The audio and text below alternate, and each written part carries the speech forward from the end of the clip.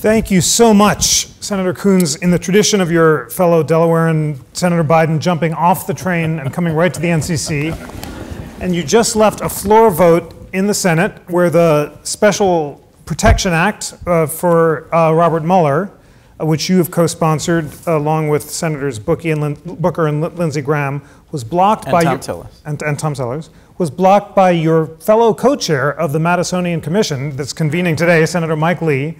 And Senator Lee objected to it on the grounds that it is unconstitutional because it violates Justice Scalia's dissent in Morrison v. Olson. Yes, so it's a wonderful constitutional lead-in to our discussion. What is the precise nature of Senator Lee's constitutional objection, and why do you think it is wrong? I'm so glad you asked. Jeff, it's great to be with you again. Thank you to the National Constitution Center, the Atlantic. Thank you to all of you. It is great to be in a room full of people actually genuinely interested in the vibrancy and status of our democracy and the work of Madison and in the conceptualizing of our democratic republic in the 21st century. Professor Lee and I, as I love to call him, have a persistent conversation that really was also at the heart of my first and second round of questioning of now Justice Kavanaugh, if any of you watched any of that. It's a simple but complex point, I think, which is that the word all is absent from the second article. And in the description of the scope of the president's power, I don't think it is reasonable, historical, or accurate to impute the word all to the sentence, the president shall have the executive power of the United States. Let me be more specific. In a case considering the independent counsel statute, which I'll remind you is a law that has now expired. It was allowed to lapse because both Republicans and Democrats thought that the Ken Starr era independent counsels, as opposed to the current special counsel, had gone off the rails a bit. In reviewing that law, the Supreme Court, by a majority of 7-1, upheld it as constitutional. And the core question at issue in Morrison v. Olson was whether or not it impermissibly circumscribed the president's power that he could not fire at will the independent counsel. The current special counsel is dramatically more controlled, reined in, directed by the Attorney General. If 7 justices, ranging from Brennan to Rehnquist, found it constitutional for there to be some limitation on the president's unbridled authority to fire at will all lesser executive officers, I find it hard to believe that it is unconstitutional for us to enact in statute the current regulations of the Department of Justice that say that the Attorney General cannot fire, the President through the Attorney General cannot fire a special counsel without cause. And if fired without cause, that cause being disability, dereliction, incompetence, there is some judicial remedy. This is not an academic question, and this is not an ancient question. Morrison v. Olson's 20 years old. Justice Scalia wrote the dissent. It was a very well-crafted dissent. It was Scalia at his snarkiest and most insightful and most compelling, exactly the sort of dissent that a first-year law student goes, yes, right? And the majority opinion is kind of, woolen, but right. Perfect word.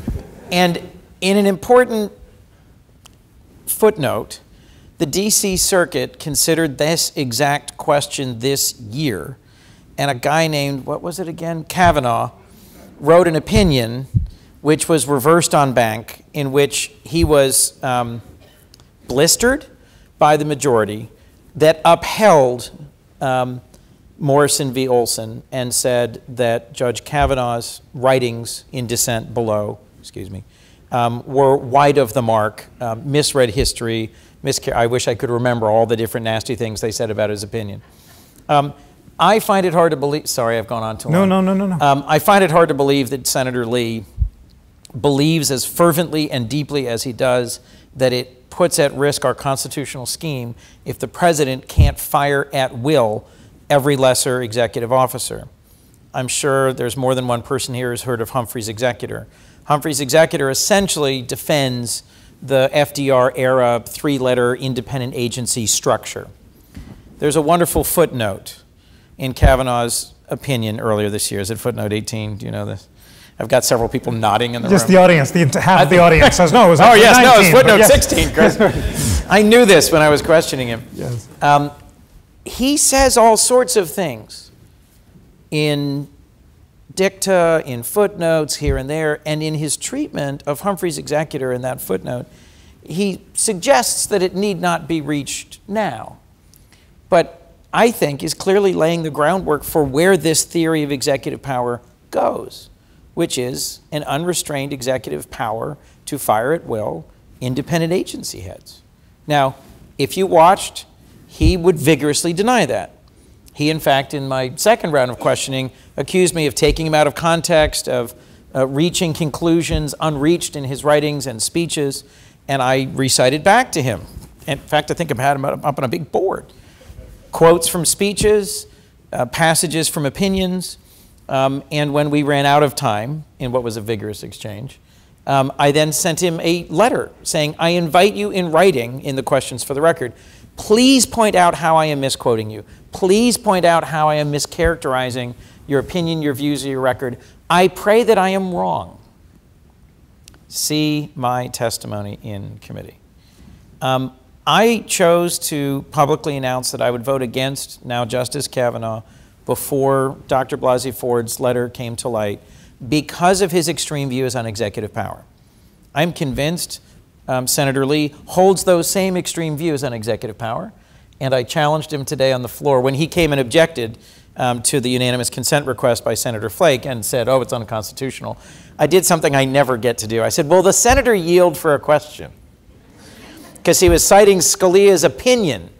And I said, Senator, is it not true that Scalia's opinion was in fact a dissent? He said, yes, it was a dissent.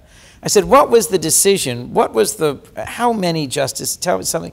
He said, it was 7-1. I said, 7-1, how striking, Senator. I said, is it possible that Morrison v. Olson is still good law? He said, I'm very late for an appointment. I went over to him later in the afternoon and I said, Michael, we've got to fight and we've got to have it. Let's have it on the floor of the Senate. Yes. We are going to have a great hour back and forth. I'm ready to go. And so's he. Excellent. So we are looking forward to a vigorous debate on the floor about an obscure but important point.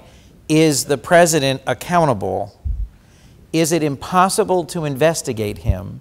Can he fire at will a special prosecutor and in so doing elude accountability for misdeeds in office? I think this matters, and I look forward to the debate.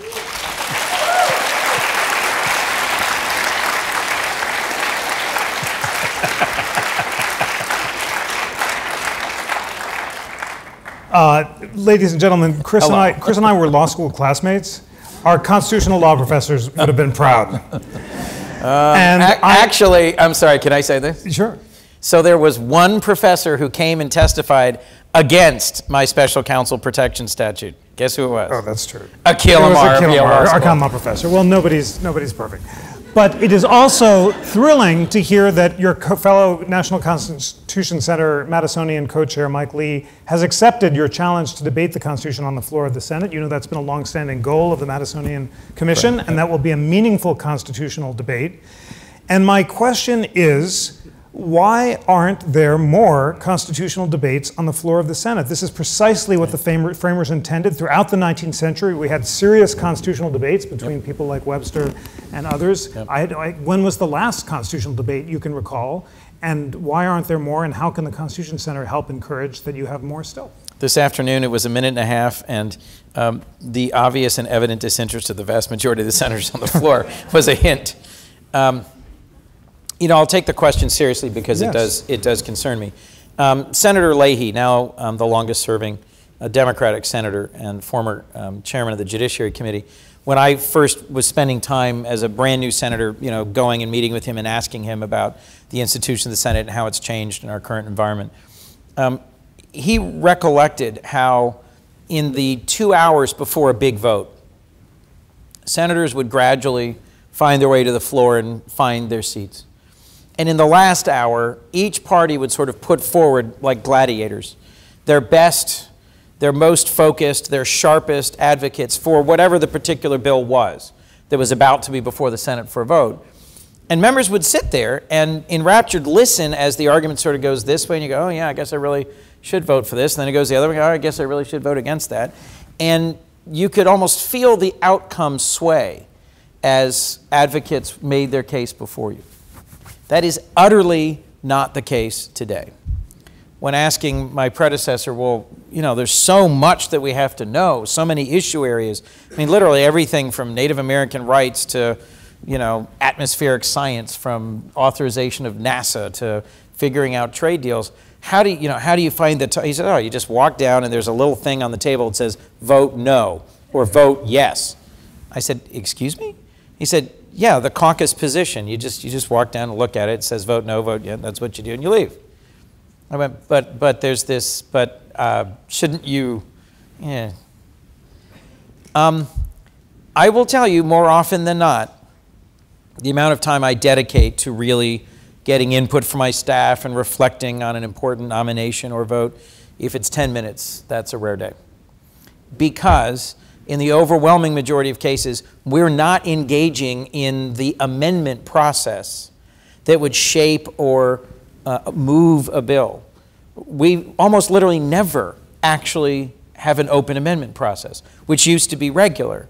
So that you could come to the floor and listen to a description and say, okay, I've read it, my staff's talked to me about it, I've heard from Delawareans about it.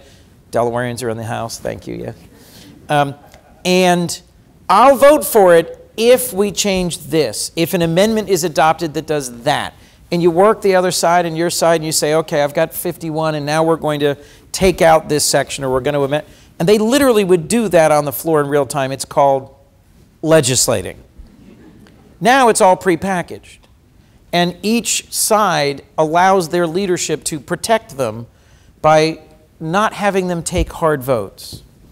I'll never forget Senator Begich, former Senator Begich of Alaska, very sharply saying to our former Majority Leader Harry Reid, "You protected me so well, I lost my seat."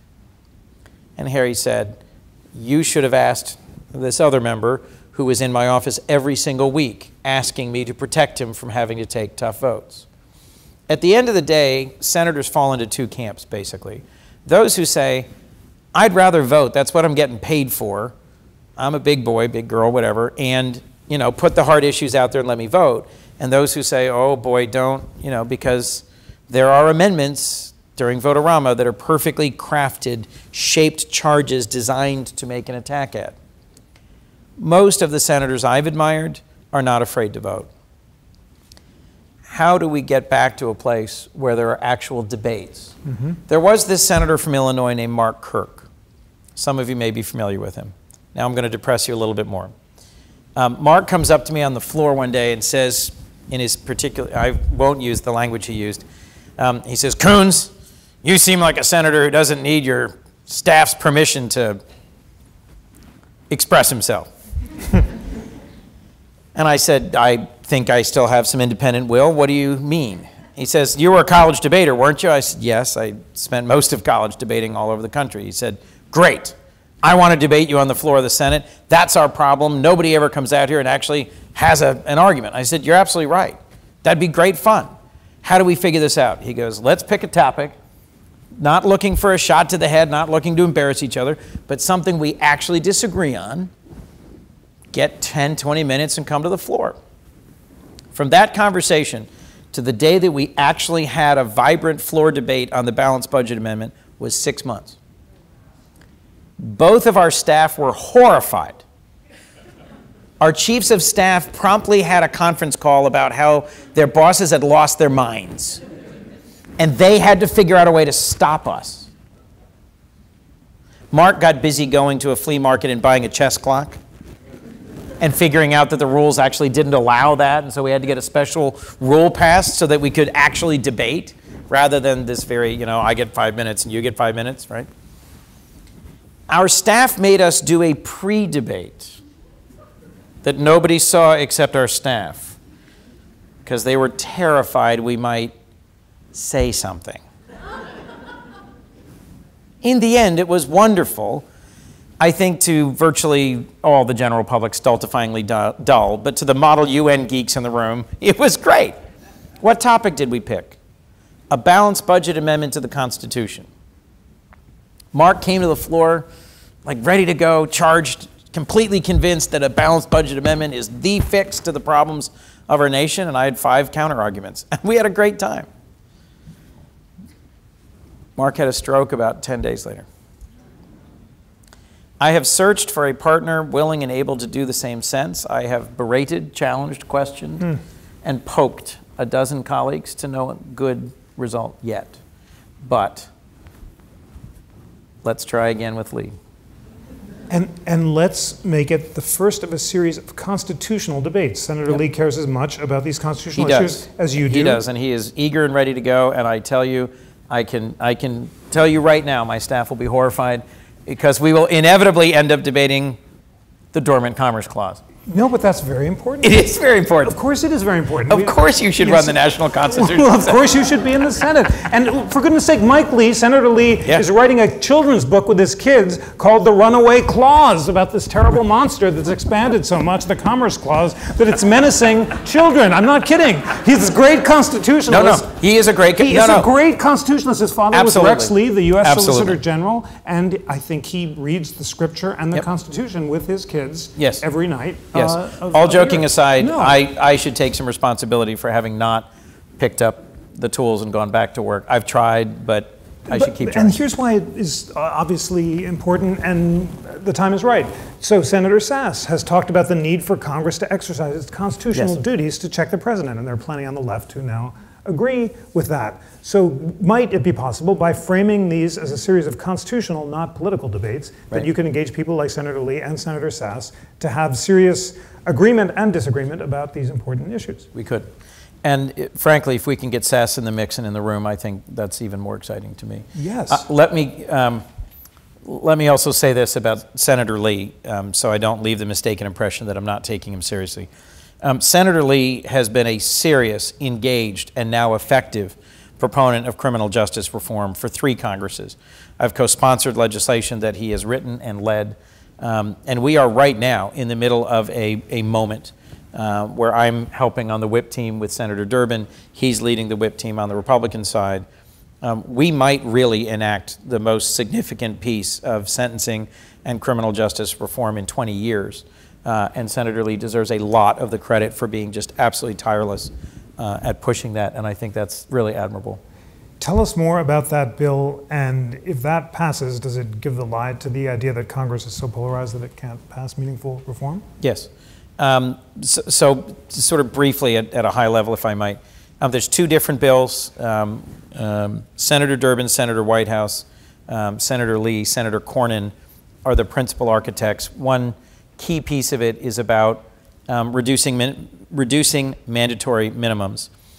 So on the sentencing side, there's a variety of sentencing reforms that eliminate stacking, for example, where you essentially get multiple bites at the apple in terms of sentencing someone. There's a variety of sentencing reform pieces, and there's a variety of existing sentence reduction pieces. This is the piece where Lee has worked the hardest. It allows judicial review of excessive sentences due to some mandatory minimum issues. Many of you may be familiar with ways in which sentences for crack cocaine as opposed to powder cocaine were dramatically different, orders of magnitude different. And many people were sentenced to very long sentences under these unequal provisions. Subsequently, Congress went back and amended and revised those statutes, but there is no mechanism, this is a piece of the statute, to allow a judge to go back and retroactively apply the revised downward standard after reviewing the case and the sentencing issues. So essentially, this whole effort creates avenues for nonviolent offenders to be released early, to get good time credit after judicial review of the initial sentence and the particulars of their case, and to reduce ways in which mandatory minimums may be applied going forward. Why does this matter? We have 4% of the world's population, and I think 15% of the world's imprisoned. Might be higher, I may be wrong, it might be 20%. We spend an enormous amount of money imprisoning Americans. In the federal law enforcement side of appropriations, we spend more on the Bureau of Prisons than we spend on the FBI, the DEA, the ATF combined. The sentences that have been handed out under some of these federal statutes are so long that the prospects for folks coming back to society, and the vast majority of them are released at some point and come back to society, as in any way productive citizens are remote. So the most compelling piece of this for me is the dramatically unequal impact on communities of color.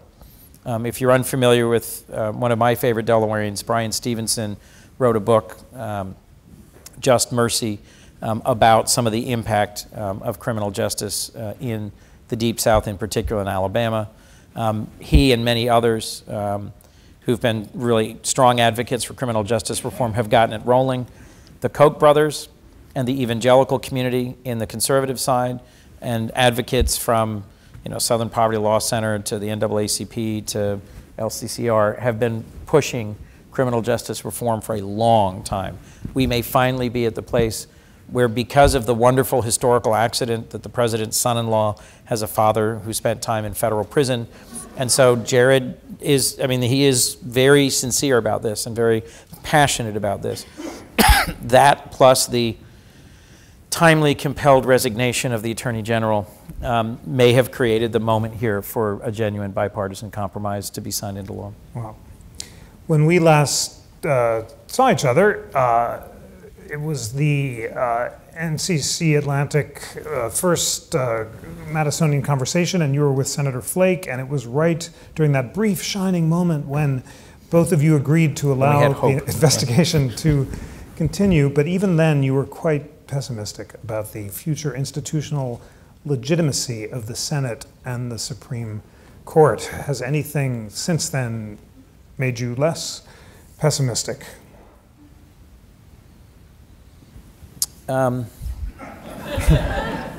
Sorry, I'm just thinking for a second.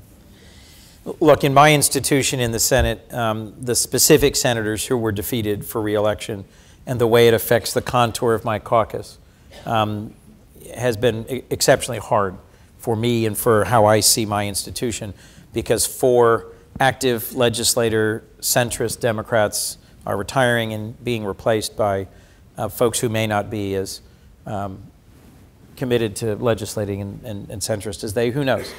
I'm really quite optimistic about Senator Romney, Senator-elect Mitt Romney from Utah, and the role he may play in a Senate which is, I think, genuinely losing some of its most important voices with the passing of Senator McCain and the imminent retirement of Senators Flake and Corker. In the House, there genuinely was a blue wave in that there were 40 new House members. In the immediate suburbs of Philadelphia, several just spectacular candidates won. When I first met Chrissy Houlihan, I sort of blurted out, "Oh my God, you're perfect." She looks at me and she says, "Excuse me?" And I said, "I'm sorry, just as a campaign junkie, if I'd gone in a lab and tried to design the perfect Democratic candidate, you're it." MIT, Stanford, Air Force veteran, volunteered with Teach for America in West Philadelphia, started a vibrant and successful company, and now interested in beneficial corporations. Oh God, please run. Yes, I'm a geek. And so there are dozens and dozens and dozens of people who ran for office at the state and local level for the first time because they literally couldn't stand it. They got up off their couch and they said, "I'm going to do something about this." And they went and they signed paper and they raised money. They ran for office. And in little old Delaware, I went door knocking with a dozen of them. Folks who'd never run for office before. We have a new state representative, a new state senator in Brandywine Hundred who are just awesome, capable, talented, smart, who are bringing to their service in Dover in our legislative body. In one case, a woman who has served in our Attorney General's office as a prosecutor, protecting both children from abusers and seniors from fraud. And her own son contracted leukemia, and it effectively stopped everything for several years while she and her husband focused on navigating his care. He's stable and asymptomatic now. And after that, rather than just going back to work, seeing what's happening to our country, she decides to throw herself into running. State representative is a hard job. There's not a lot of glory. Your phone rings off the hook. You go to countless neighborhood meetings. You can never satisfy everybody. It's just democracy at its best. It's awesome. And, these long evenings trudging through various neighborhoods, knocking on people's doors saying, hi, I'm Chris Coons, and I'd like to introduce you to, it's just so much fun. Delaware is so small that on a number of occasions, not one Delawarean was surprised that a U.S. Senator was on their doorstep. Not one, which is great. And on several occasions, they said the equivalent of, hi, Chris, I've got something on the stove. Could you come back in 20 minutes? I'm kind of busy right now. And these first-time candidates were just like slack-jawed about, don't you realize I'm like, we'll come back. Thanks, it's great. 10 years in county government. If you don't believe in grassroots democracy and in accountability to the electorate, boy, 10 years in county government will beat it out of you. But I am passionate about democracy and connectivity and about empowered voters. And somehow, what gives me some hope was your question, really. I'm sorry, I'm going on a great length. No, that's great. What gives me some hope is really not so much a few great candidates in the House and the blue wave and the Democrats retaking control of the House, but it's much, much more the same thing that drove Chrissy Houlihan to get up off her couch and hurl herself into running for this crazy place called the House of Representatives is what made Krista Griffith, is what made a number of candidates, mostly women, run statewide or local in Delaware for the very first time. David Singleton's here with us this evening. He was my chief of staff and I was county executive, and I still don't know how I deserved just how hard you worked and how much you brought to that work. But, David's one of those heroes of local service who literally spent decades of his life making our city better, making our state better, making a county better. That's the kind of thing that inspires me, is people like David who show up at 5 a.m., has his midday meal at like 7:30 a.m. and is grinding away at 6 p.m. and really just to make our community a better place. So I believe deeply in our constitutional democracy, in our republic, in our order, and in the importance of the values that underlay it. We wouldn't have this society today without a culture that understands and values rule of law and separation of powers. These are phrases that your average American, just chatting at a Wawa or standing on their porch, it comes up in conversation. And people get that we are in a dangerous, in a difficult place, that the waters are deep and getting fairly rough. They don't know how to fix it, but an awful lot of people decided the way to fix it was to get up off their couch and go vote. There are some intriguing ideas about how we might vote differently, as Maine just did.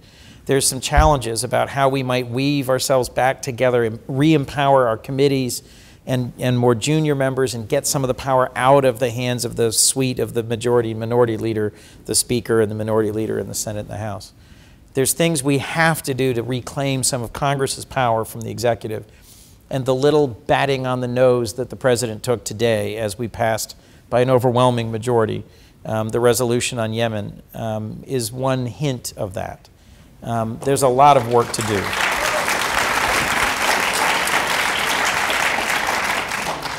But I'll tell you, and then I'll let you ask a question.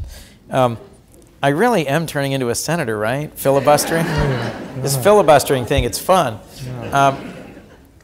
The thing that best brought me together with Senators Corker and Flake was travel to distant and difficult places where democracy is either unknown or in serious trouble.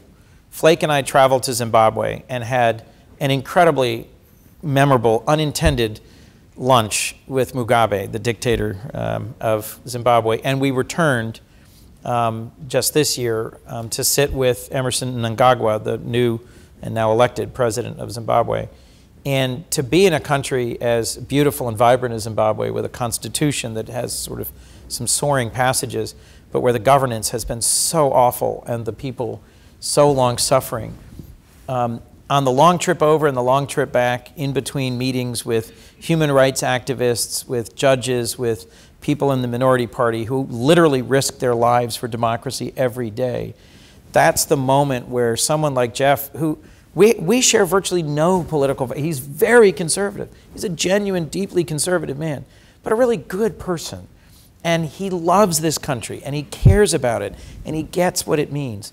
It's in places like that, traveling to Afghanistan with Bob Corker, traveling to Zimbabwe with Jeff Flake, that you look back on our country from the perspective of halfway around the world and realize how fragile and special and demanding democracy is. It is not an observer's sport. It is not fodder for social media. It is not played best by tribes. It is only sustained by an informed and empowered electorate that owns it and builds it and makes it. And only if we send representatives to Washington who are more interested in the vibrancy of our democracy than in their own re-election do we have any hope of survival. So, what would you like to talk about? Senator Coons, you have to get to your next appointment, and I have to say, for inspiring all Americans to live up to the better angels of our nature, for your pledge to have constitutional debates with your fellow Madisonian co-chair, Senator Leahy, and for being exactly the kind of senator that James Madison hoped for, please join me in thanking Senator Chris Coons.